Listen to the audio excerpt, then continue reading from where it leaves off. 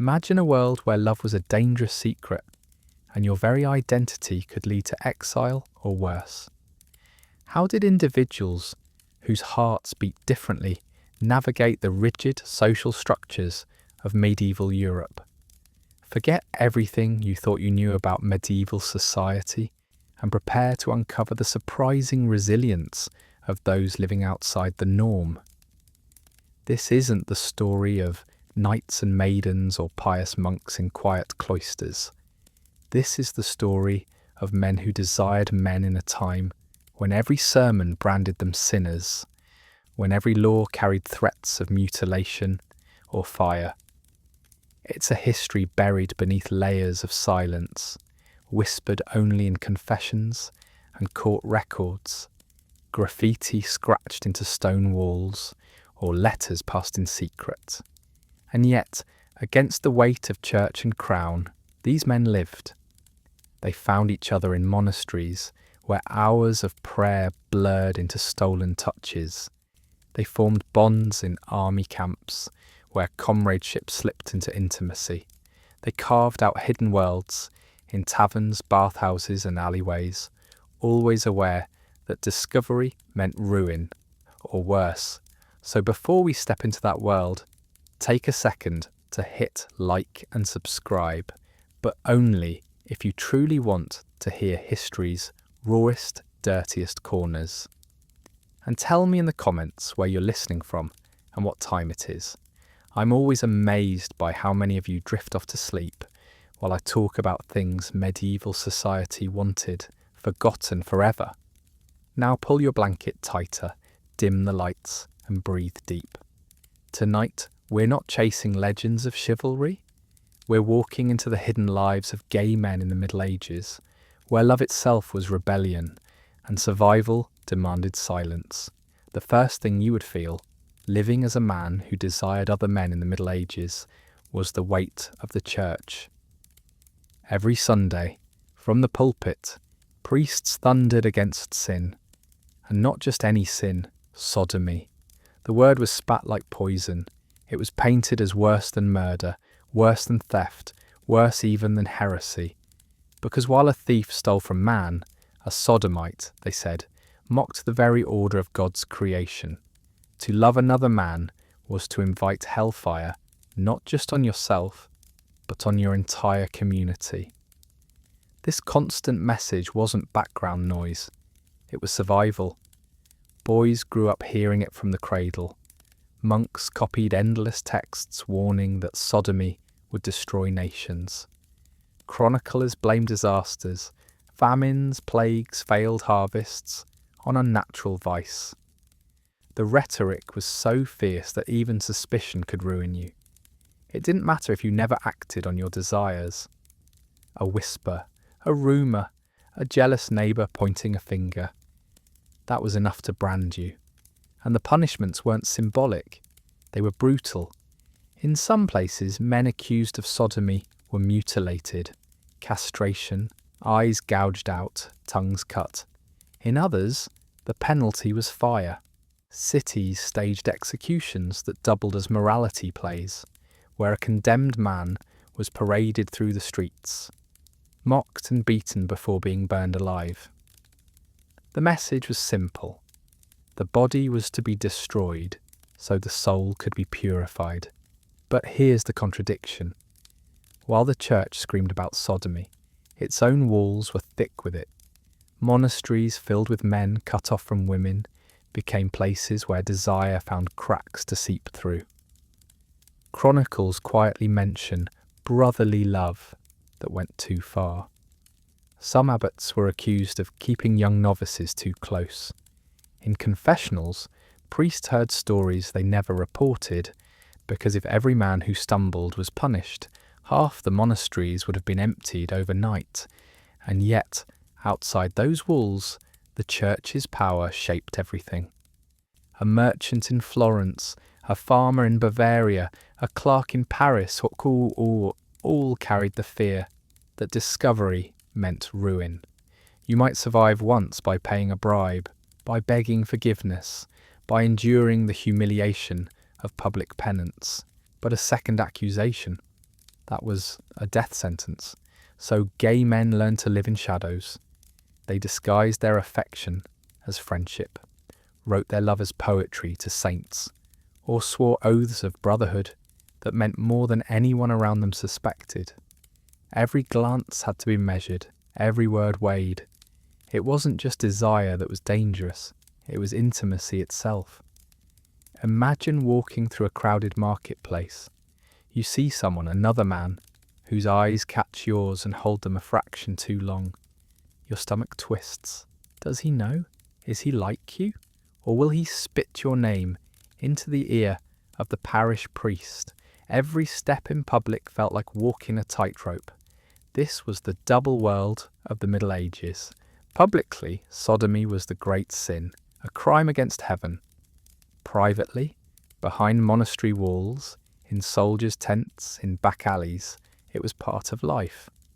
But the cost of being caught, the shame, the mutilation, the flames, hung over everything like a shadow that never lifted.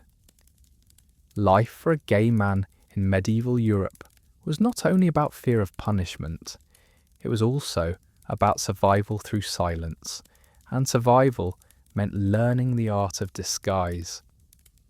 Affection had to be hidden behind friendship, desire coded into gestures that only another man might understand. There were no rainbow flags, no open gatherings, no places where men could safely announce themselves.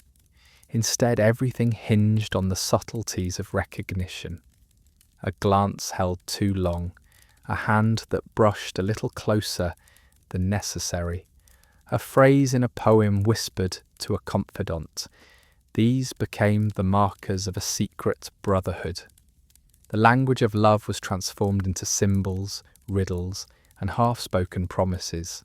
Some men took refuge in what society already allowed: brotherhood. Medieval Europe celebrated bonds between men, especially among knights, clerics, and scholars. Two men could swear lifelong loyalty to each other in ceremonies that echoed marriage vows, public oaths of friendship, sealed with embraces or even kisses that raised no suspicion. But beneath those gestures, for some, lay something deeper. They could claim innocence while living a hidden truth. In cities, meeting places quietly emerged.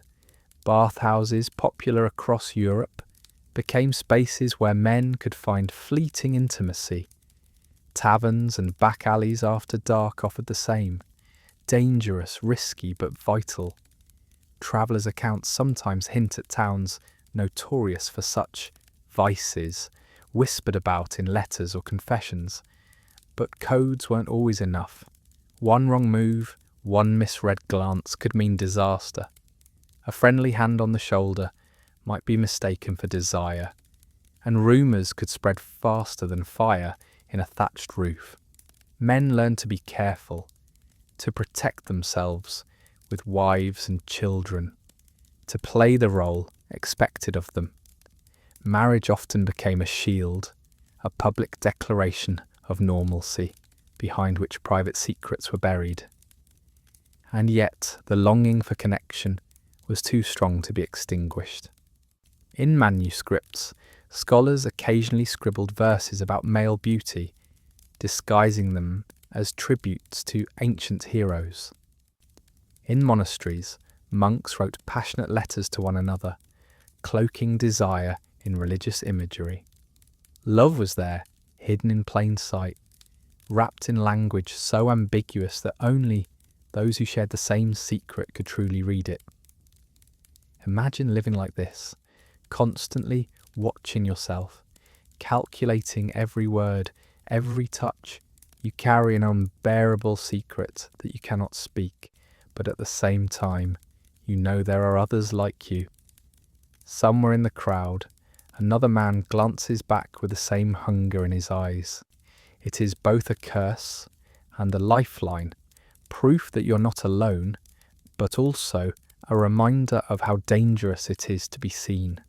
In a world where gossip could kill, secrecy was the only form of freedom. If there was any place in medieval Europe where men could live close together without the constant pressure of family or village eyes, it was the monastery. But what was meant to be a fortress of prayer and purity often became something far more complicated. Imagine dozens, sometimes hundreds of men, cut off from women, shut away behind stone walls, sleeping side by side in long dormitories, eating, working, praying, and confessing together. The official rule was celibacy, devotion to God alone. The reality, desire did not vanish when the doors closed. Chroniclers whispered about it, even as they tried to keep it buried. There are scattered records of abbots accused of keeping favourites among the novices, younger men who received extra kindness, better food, or a softer bed in exchange for obedience that went beyond the rule of St. Benedict. Confessors wrote in despair about brothers falling into the sin of sodomy with one another. Some monasteries became infamous, not for their learning or their discipline, but for the rumours of what happened in their cloisters after dark. And yet punishments within the monastery often stayed internal. To hand a brother over to secular authorities could mean his death. So instead, abbots quietly disciplined offenders with fasting, isolation, or lashes. A monk caught too many times might be expelled, cast back into a world where gossip spread quickly and survival without the monastery's protection was hard. For some, that was worse than a flogging, but inside, intimacy became a dangerous form of comfort. Long hours of prayer fostered closeness, confessions blurred into intimacy, and physical labour bound men together. Bonds that looked holy from the outside often carried a second, hidden meaning. Even language in religious texts could serve as camouflage. A monk might write a glowing meditation on brotherly love, using words so passionate that, to modern eyes, it reads like a love letter. At the time, it passed unnoticed, unless someone was looking too closely. Imagine lying in a freezing stone dormitory, sharing a rough wool blanket with another monk. The bells have long since rung for Compline, the night prayers. Silence is the rule, yet a hand brushes yours in the dark. The risk is enormous. Discovery could mean ruin, but the hunger for connection is stronger than fear. In a world where men were forbidden from even acknowledging such feelings, those moments burned with both danger and relief. And monasteries weren't the only religious spaces where this happened.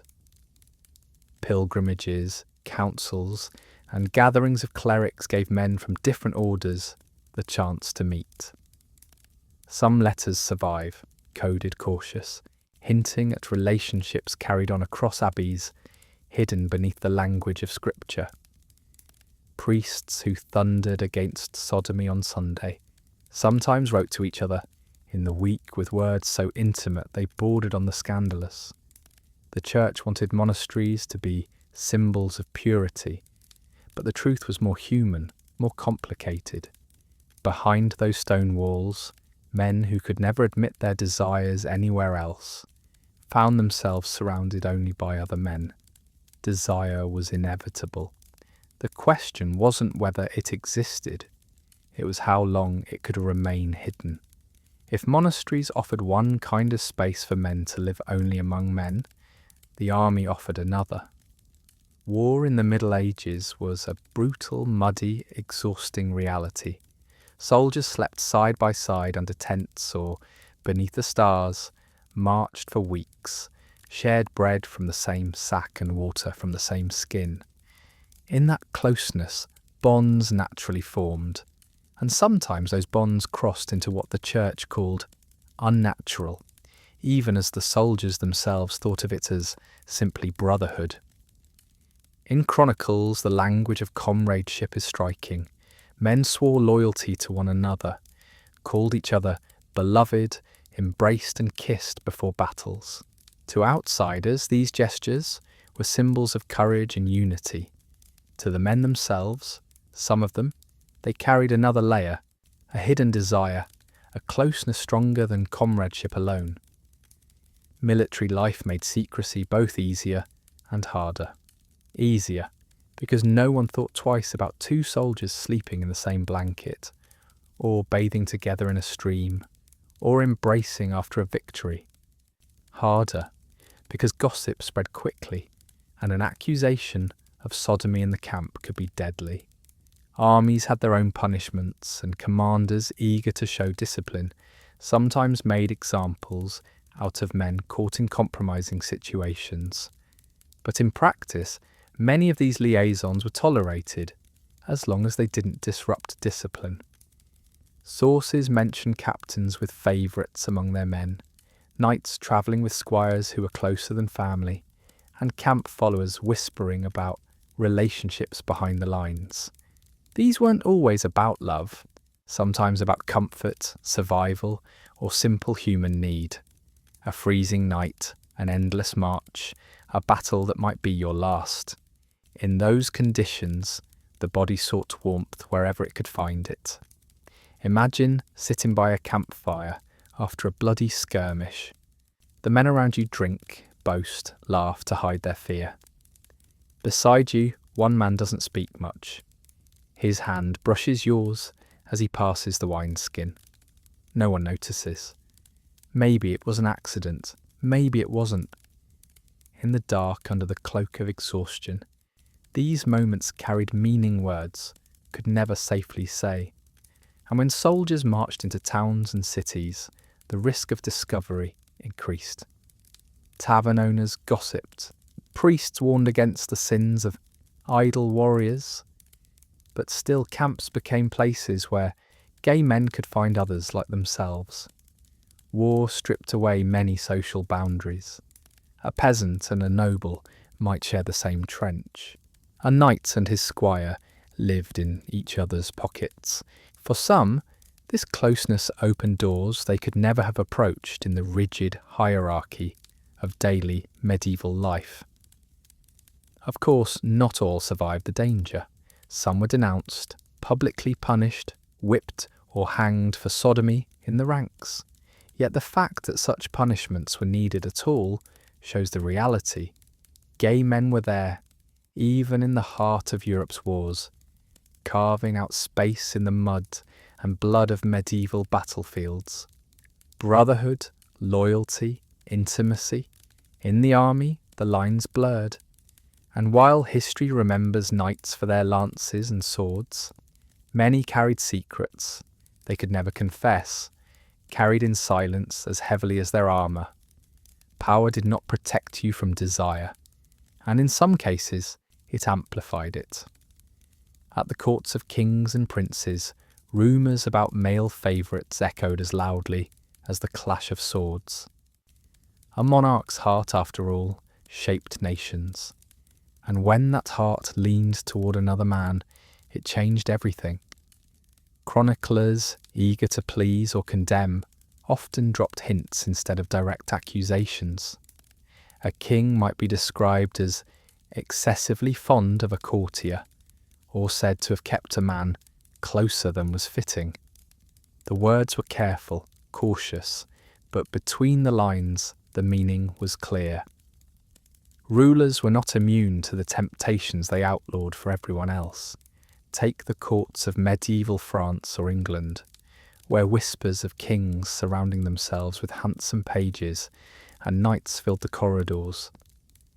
Some monarchs openly showered male favourites with titles, land or wealth, gifts that stirred jealousy among nobles and suspicion among clergy.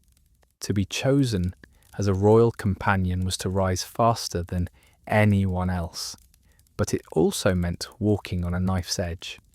For the same intimacy that brought power could bring ruin the moment politics shifted. Imagine a glittering feast in a royal hall. Candles flicker on gold plates, wine flows freely, and the air is thick with music and laughter. At the king's side, one man sits closer than all the rest. Their glances linger, their conversation hushed. Around them, courtiers exchange knowing looks. Some smile, hoping to benefit from the favourite's rise. Others grit their teeth, waiting for a chance to strike. In these courts, relationships between men were both an open secret and a deadly vulnerability. Enemies could weaponize whispers of sodomy, turning desire into treason. Some rulers faced outright accusations, their legitimacy challenged not just by politics, but by their private lives. But there is another side to the story. For some kings, these bonds brought stability. A trusted companion at their side could mean loyalty in a world of betrayal. In private letters, rare but surviving, the language of affection is unmistakable. Phrases that sound like love poetry slipped into correspondence between rulers and their male confidants. These weren't the bonds of convenience alone. They carried the heat of something deeper. And yet, for all their power, even kings weren't free. The church still thundered against sodomy. Rivals at court waited to pounce. A monarch's favourite could fall as swiftly as he rose. Disgraced, exiled, sometimes executed, once the tide turned. Affection that elevated a man one year could destroy him the next. Still, the pattern is undeniable. Across Europe, courts became the stage where forbidden desires played out in the open, half hidden by ceremony and wealth. For peasants, to be accused of sodomy meant death. For kings, it meant whispers, scandal, and the constant risk that desire might one day topple everything. In the heart of royal palaces, love was not just dangerous, it was political. Secrecy was survival, but secrecy was fragile. All it took was a rumour, a jealous rival, or a suspicious priest for the walls to collapse. And when they did, what had been whispered in corridors suddenly exploded into scandal. In medieval towns and courts, accusations of sodomy became powerful weapons. Sometimes it wasn't about morality at all, it was about politics. A noble who wanted to destroy a rival might accuse him of unnatural acts. A city council eager to prove its piety might drag men into court as examples. And once the accusation was public, the outcome rarely mattered. Reputation alone was enough to ruin a life. Court records from across Europe reveal the brutal machinery of exposure. Men were summoned, questioned, and forced to confess under threat of torture. The language was formal, the charges dressed in legal terms, but the reality was humiliation. Neighbours testified about strange friendships, about men seen too often in each other's company, about whispered rumours of what happened behind closed doors. Innocence was almost impossible to prove. Punishments varied, but the spectacle mattered most. In Florence, men convicted of sodomy were paraded through the streets in shame. In some German towns, execution by fire made sure no one forgot the lesson. Even lesser sentences, whippings, fines, exile, left men broken, their names permanently stained. But trials also exposed the contradictions of medieval life. Records sometimes list dozens of names swept up in a single accusation, far more than officials could realistically punish. In practice, bribes and connections often determined who survived. Wealthy men sometimes bought their way out, while poorer ones faced the full force of the law.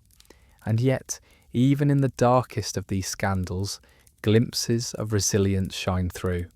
Some men confessed, not with shame, but with startling honesty, describing their relationships in terms of affection, even love. Others refused to name partners, choosing silence even when it meant harsher punishment. Their voices, preserved by hostile scribes, offer rare proof that these were not faceless sinners, but people, caught in a system determined to erase them. Imagine standing in the town square as a condemned man is marched through, jeers ringing from the crowd, guards pushing him forward. You don't know if he is guilty. You don't even know if guilty means what the priests say it does. But you know that with a single whisper, it could be you. That fear, that silence, was the true power of scandal. Public trials weren't just about punishing individuals, they were about teaching everyone else to stay silent. They sent the message that love itself, if it strayed outside the lines drawn by the church, could destroy you. And yet, despite the flames, despite the shame, despite the trials, gay men lived on. They adapted, they hid, they found one another in ways the law could never completely erase, because no court, no priest, no king ever truly succeeded in extinguishing desire. When history tried to silence gay men in the Middle Ages, their words often slipped into unexpected places. Poems, songs, manuscripts, even graffiti scratched into stone walls. Literature became both a mask and a mirror, a way to speak without being heard by those who weren't meant to understand. Courtly love poetry, the great tradition of medieval Europe, is remembered for knights writing about unattainable ladies. But beneath the endless verses to fair maidens and distant beauties, there are hints of something different. Some poets wrote so passionately about the beauty of men, their eyes, their hair, their strength, that the line between admiration and desire became razor thin. Scholars today argue over whether these were coded confessions or simply exaggerated flattery, but for those who lived it, the ambiguity was survival. In monasteries too, writing became a release valve. Monks copied texts by the ancients, and with them came works that spoke more openly about male desire, verses from Plato, stories of Greek heroes, fragments of Ovid. Reading and recopying these words gave monks a language their own church denied them. Some added marginal notes, little flourishes of affection, even private verses. Imagine a scribe bent over his parchments by candlelight, whispering his secret feelings into the margin of a manuscript that centuries later still carries his hand. And then there were the love letters, rare, but they survive. In them men speak with startling tenderness. One cleric wrote to another with words that could have been a vow. I long for your embrace more than gold or silver, for your kiss more than fine wine. It is cloaked in the language of friendship, but it burns with intimacy. Letters like these slipped past the censors because they could be explained away. But between the lines, the truth is undeniable. Even graffiti tells the story. On the walls of medieval baths and taverns, men scratched crude drawings and names, proof that desire was spoken in places where formality had no place. These weren't polished poems, they were raw confessions left in stone, knowing that only someone like them might stop to read. But literature could also turn cruel. Satirical poems and plays mocked men accused of sodomy, painting them as cowards or fools. Words became weapons in the battle for reputation. A single slur, written into verse, could brand a man forever. To live in the Middle Ages as a gay man was to know that words could save you, but they could also burn you alive. Imagine reading a poem at court, the room filled with nobles, and everyone nods along, hearing only a knight's exaggerated praise for another knight's bravery. But you hear more.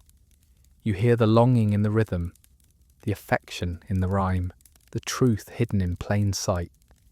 For those in the know, literature was more than entertainment. It was recognition. Through poems, through letters, through scratches on walls, gay men of the Middle Ages refused total silence. Their world was hostile, their lives dangerous, but the written word gave them a shadow voice that even fire could not erase. Not every man lived in monasteries or palaces. Most were peasants, artisans, or merchants whose lives revolved around family, labour, and survival. For them, desire for another man had to fit into a world that left no room for open difference. And so they built double identities. Marriage was almost inevitable. The church demanded it. Villages expected it, and parents arranged it.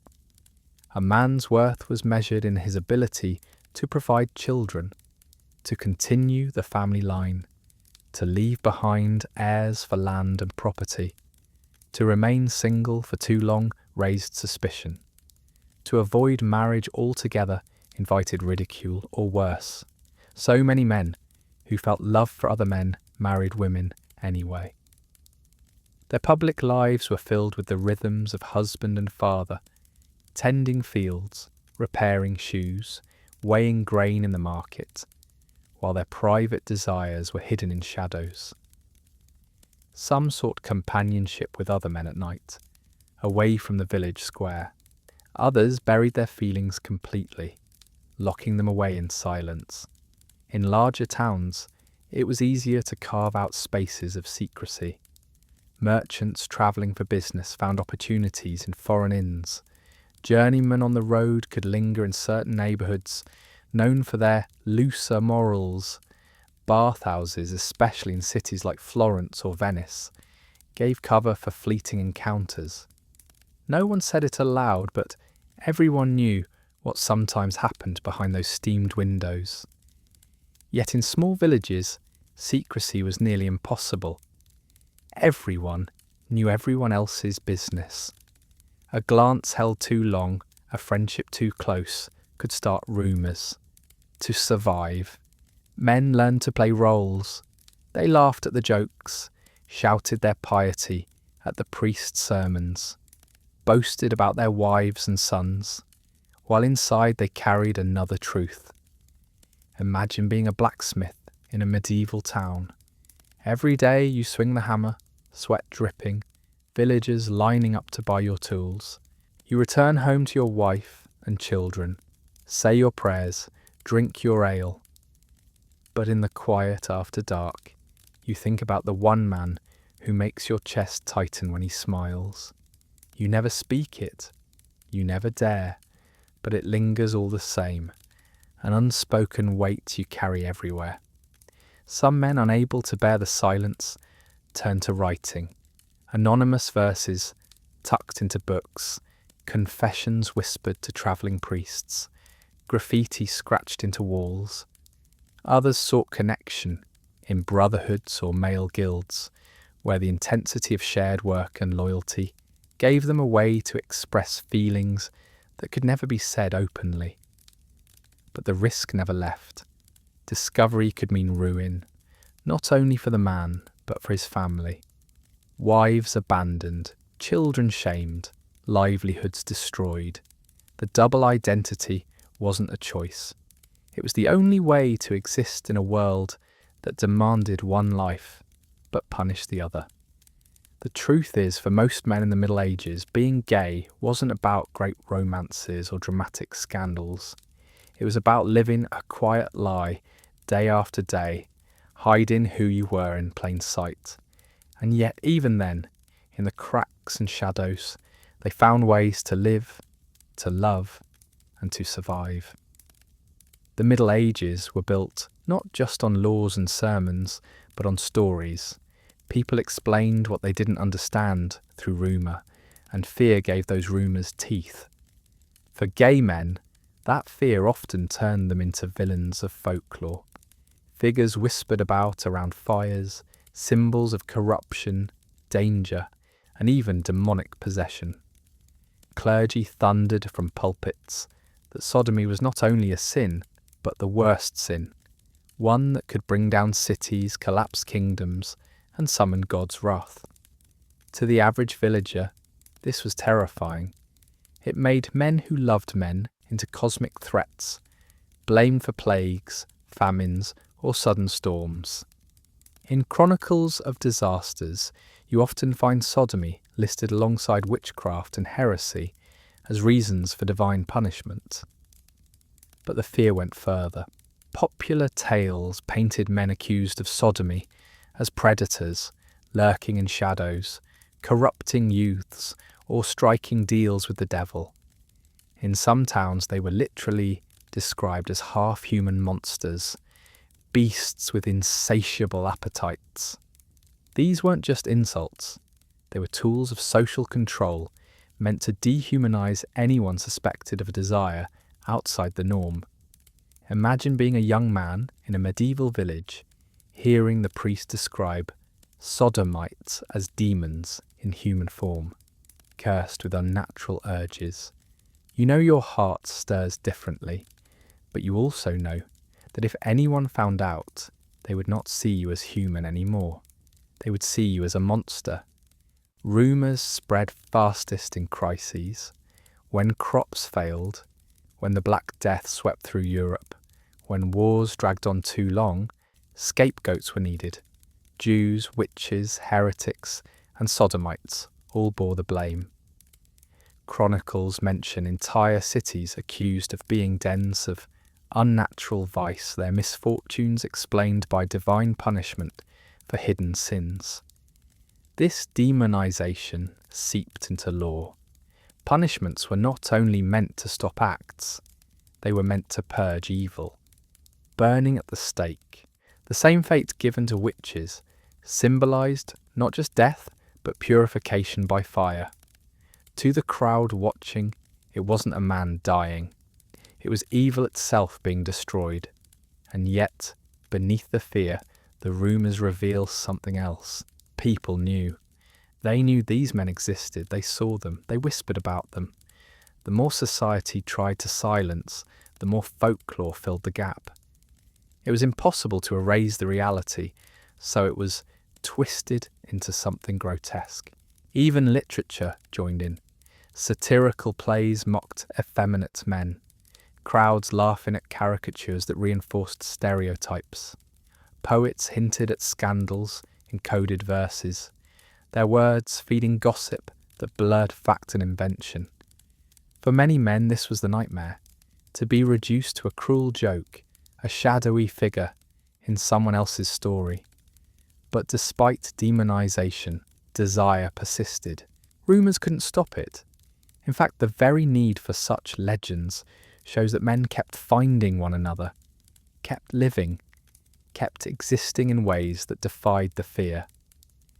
Folklore tried to turn them into monsters, but the truth is they were simply people, surviving in silence beneath the weight of lies. If you flip through medieval theological texts, one theme appears so obsessively, so frequently, that it almost feels like a dark echo chamber. Sodomy.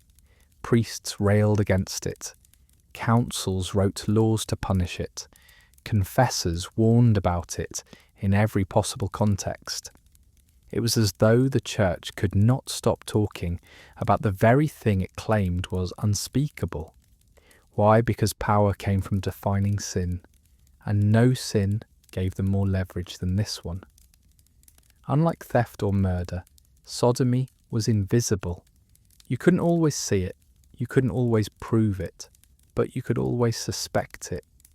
That suspicion kept people fearful, kept them confessing, kept them dependent on the church for forgiveness. Clerical manuals went into stomach-churning detail. Confessors were told to question men about their thoughts, their friendships, their gestures. Even a lingering look could be interpreted as dangerous. Guides for priests listed unnatural acts with such precision that, ironically, they preserved the very behaviours they wanted to erase. Reading these texts today feels like staring at a map of hidden lives, recorded by enemies who couldn't look away, sermons thundered with threats of fire and brimstone, painting sodomites as worse than murderers. Chronicles of biblical cities like Sodom and Gomorrah were retold endlessly, not just as stories of divine wrath, but as direct warnings to medieval towns. If a city tolerated men loving men, the message went, God would destroy it, with fire, with plague, with famine. Imagine sitting in a parish church on a cold Sunday morning, smoke from tallow candles stinging your eyes, the priest's voice echoing through the stone walls. He describes sinners consumed by fire, their bodies writhing, their souls damned forever. Everyone around you murmurs prayers, nodding in fear, and you know he's talking about you, not by name, not out loud, but you feel the words like stones thrown against your chest. The irony was sharp. Many of these same priests lived in monasteries where rumours swirled of secret attachments.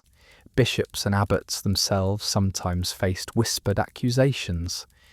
Yet the louder the church condemned, the more it had to hide its own cracks.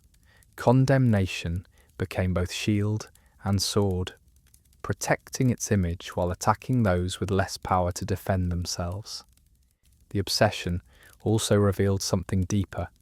Anxiety. The church feared desire it couldn't control. Marriage, childbirth, inheritance. All of these kept society stable in their eyes.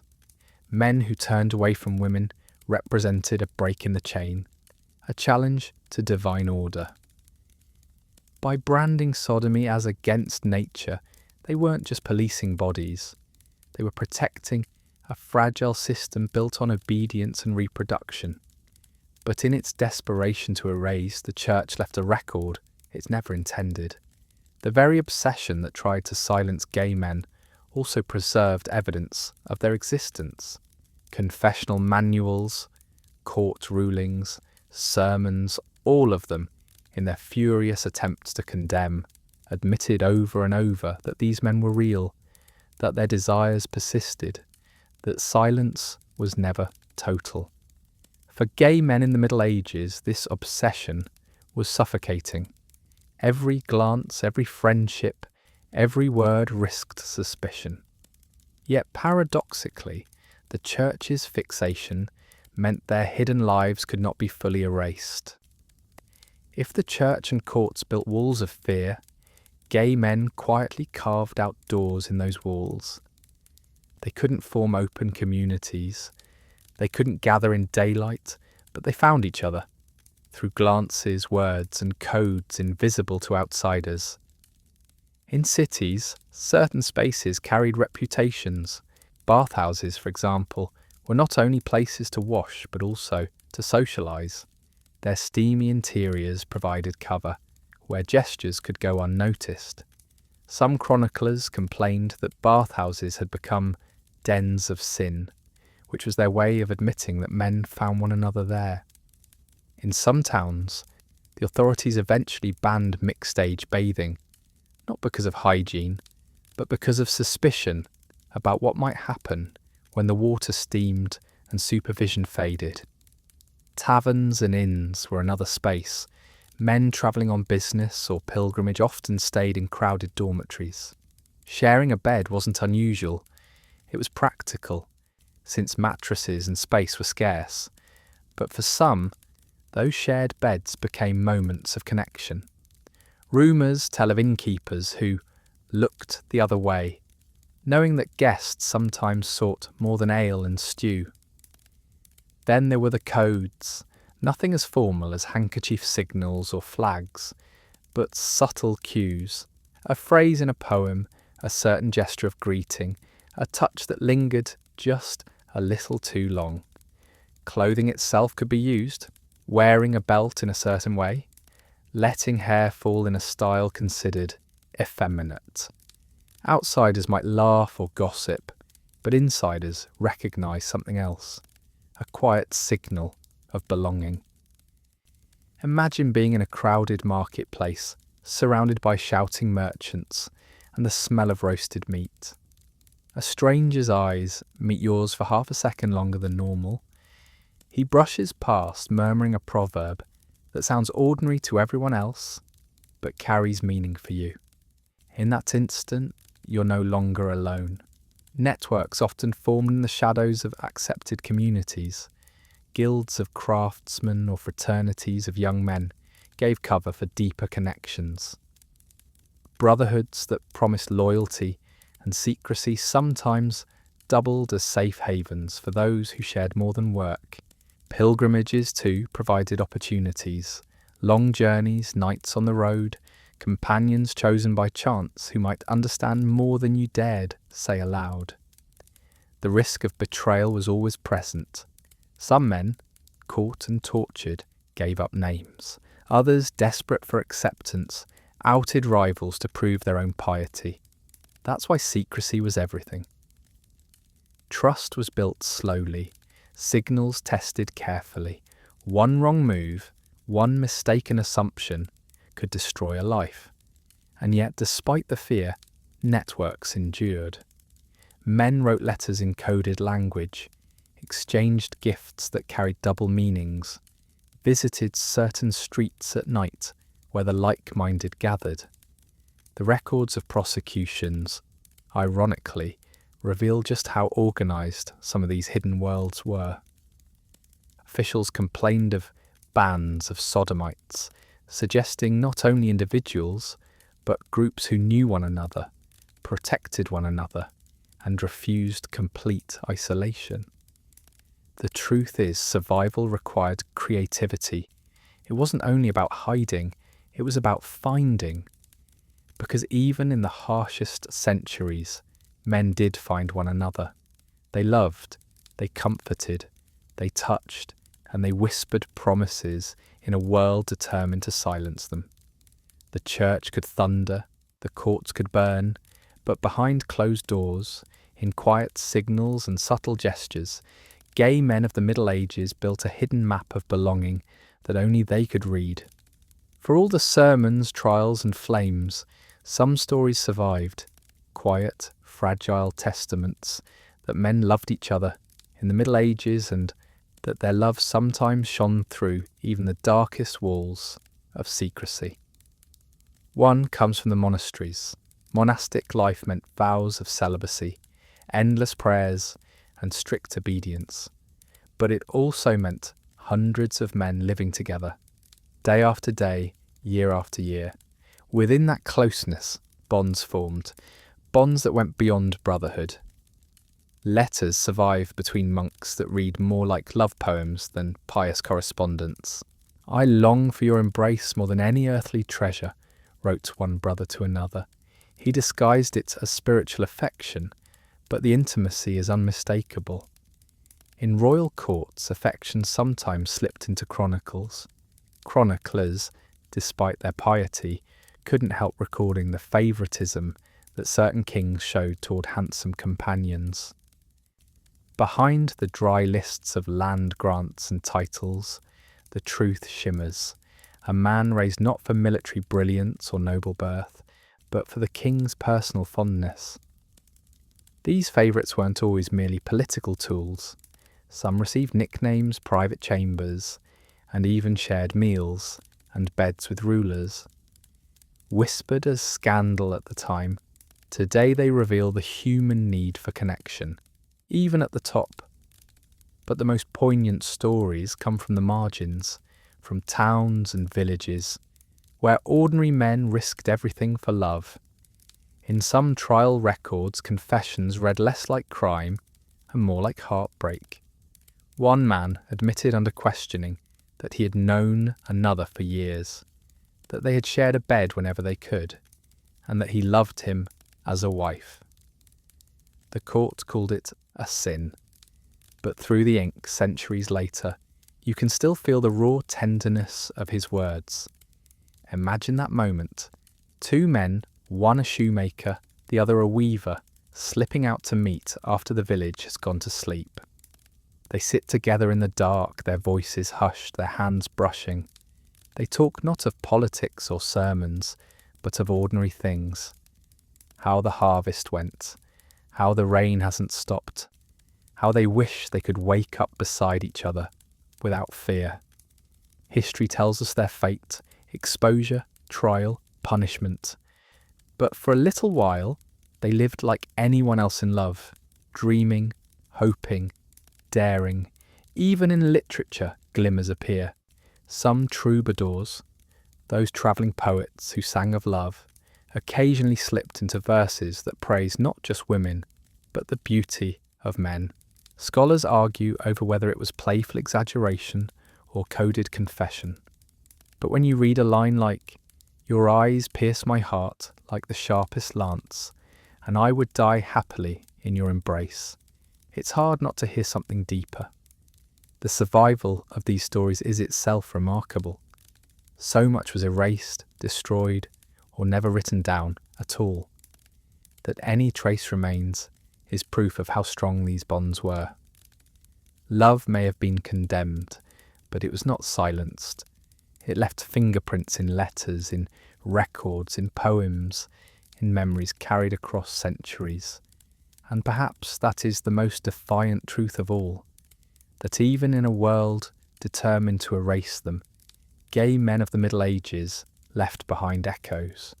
Not enough to tell every story, not enough to know every name, but enough to know they were there. They loved, and they mattered. For every whispered poem, for every coded glance, there was the shadow of violence. The Middle Ages dealt harshly with men accused of loving men, and the punishments were often spectacular, designed not just to kill, but to terrify everyone watching. Love became not just a private risk, but a public execution. Court records describe burnings at the stake, drownings, even castrations for men found guilty of sodomy. These weren't hidden punishments carried out in silence. They were staged events meant to send a message. The entire town was summoned to watch. Bells rang. Officials read out charges calling the condemned unnatural, filthy, monstrous. Then the sentence was carried out as neighbours looked on.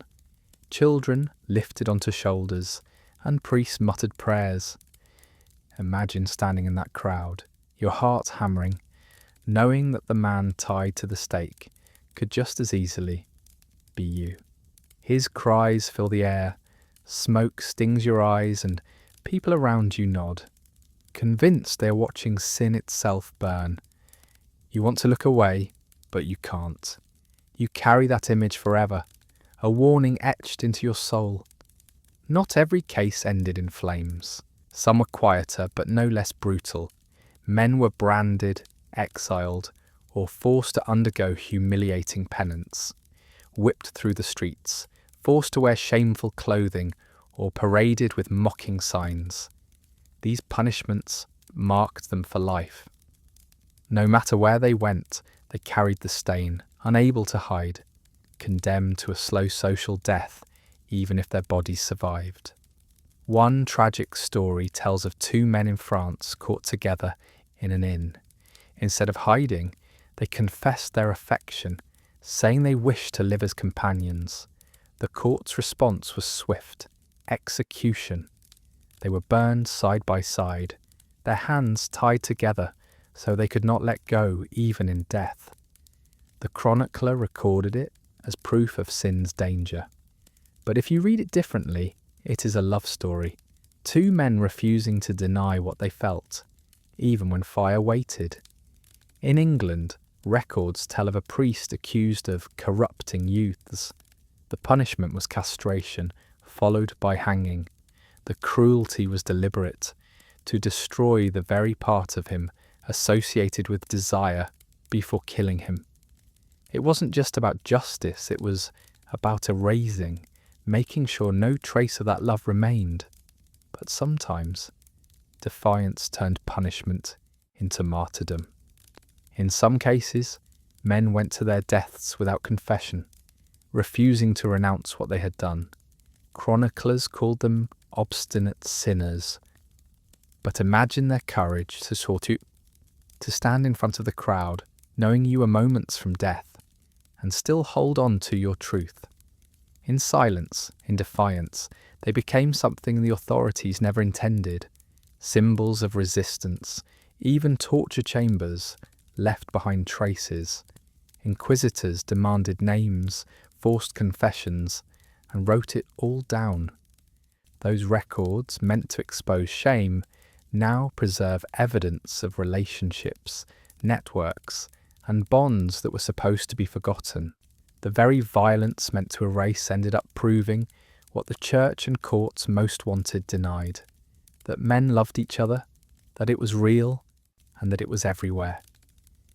The Middle Ages painted sodomy as the greatest of sins, worse than theft, worse than murder. The punishments show how deep the fear ran. Fear not just of desire itself, but of the possibility that love between men could survive, could grow, could undermine the strict order of family, faith and reproduction. And yet, even in the face of fire and rope, it did survive, because love is stubborn.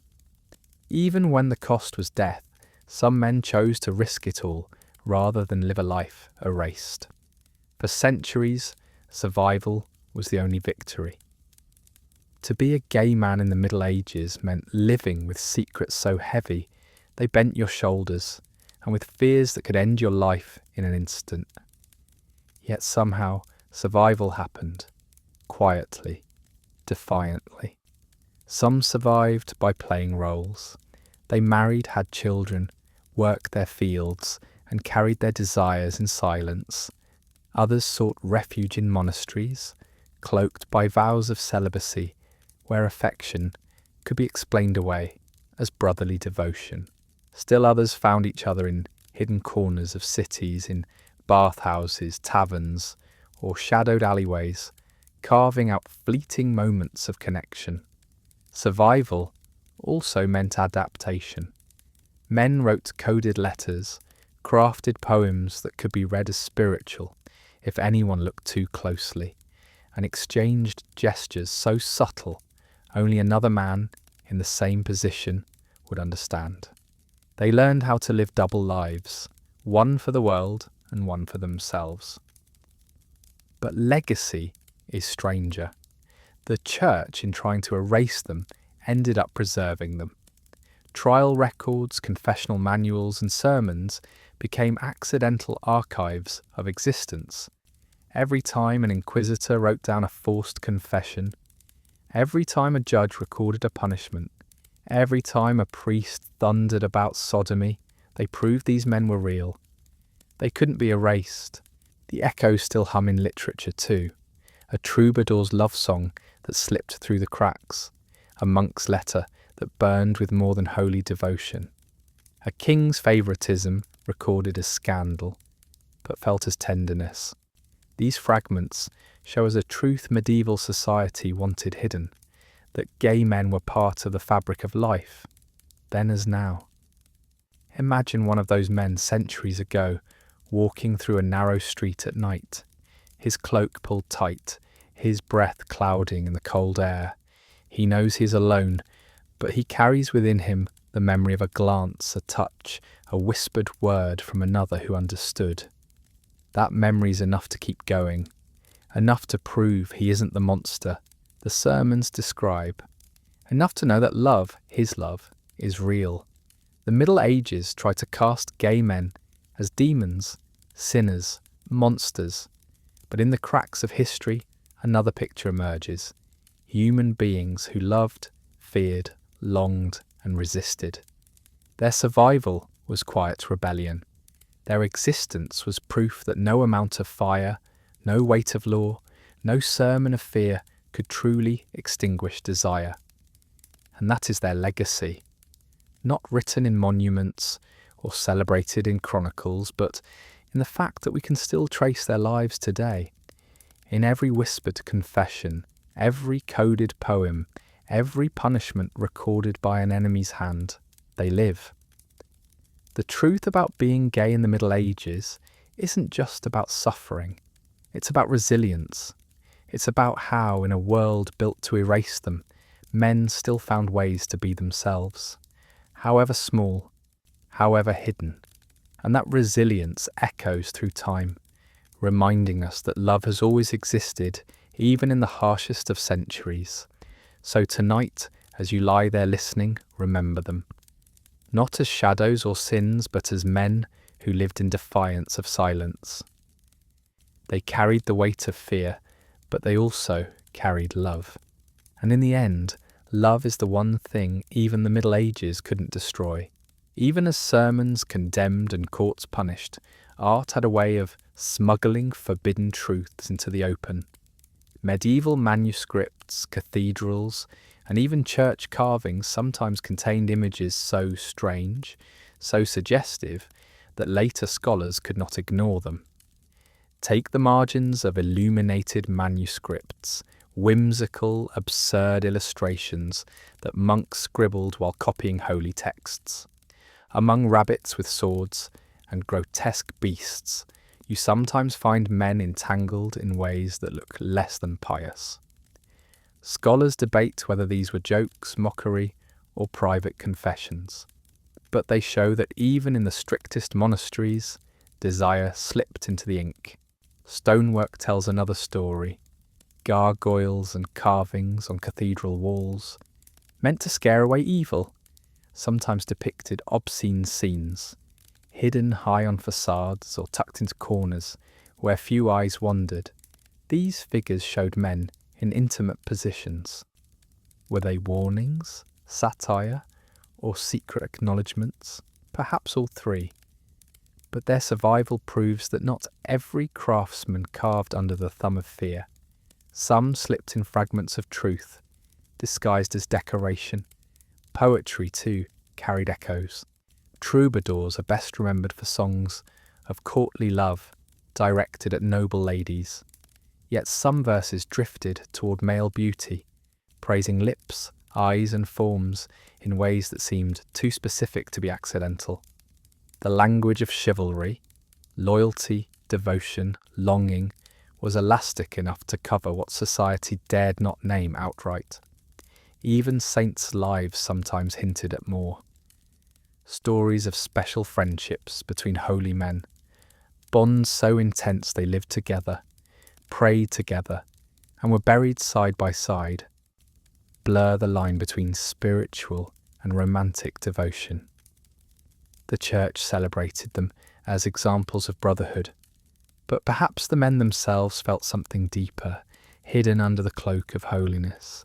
Imagine a young man leafing through a manuscript by candlelight, pausing at a strange drawing of two figures tangled together. To the monk who copied it, it might have been a joke or a warning, but to him it feels like recognition, proof he isn't alone. Art became a mirror for those who knew how to look.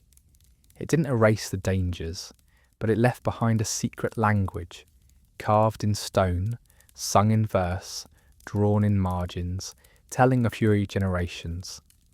We were here. The Middle Ages ended, but the weight of its silence did not vanish overnight. The persecutions, sermons, and rumours left scars that stretched into the Renaissance and beyond. For gay men, history was a long corridor where echoes of medieval fear still rang. Laws against sodomy continued. In some places they grew even harsher, folded into emerging nation-states that wanted to police morality as tightly as the church once had. Executions still happened, sometimes publicly, sometimes quietly. Yet the very persistence of these laws proved the opposite of what rulers wanted. Desire never went away. It survived, adapted, endured. The secrecy honed in the Middle Ages became a survival skill for centuries. Networks of trust-coded language, hidden spaces, all of these reappeared in later eras, from Renaissance Florence to 18th century London. What medieval men pioneered out of necessity became a foundation for how queer communities later navigated repression.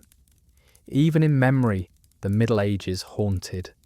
Writers in later centuries pointed back to it as the Age of Darkness, the proof of how far society had come, or hadn't. Enlightenment thinkers mocked medieval superstition, yet many still carried its prejudices. The whispers about demons and unnatural vice lingered, staining perceptions for generations. And yet out of those shadows came something else: resilience. The men who survived left no monuments, but they left a blueprint. They proved that even under fire, love endured. They showed that even in silence, connection was possible. They carved out lives in secret, leaving behind fragments of courage for those who came after. Imagine standing at the edge of that corridor of history, hearing their echoes. Monks' letters that sound like love poems, trial records that read like confessions of devotion, carvings that wink with forbidden truth. The Middle Ages tried to bury them under sermons and flames, but the ground was never deep enough.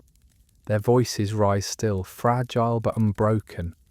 The lesson is stark. Repression is powerful, but not absolute. Fear can wound, but it cannot kill love completely. For every man dragged to the stake, another found a way to touch, to whisper, to hope. That quiet defiance is their legacy, and the proof that even in the darkest centuries, humanity never lost its heartbeat.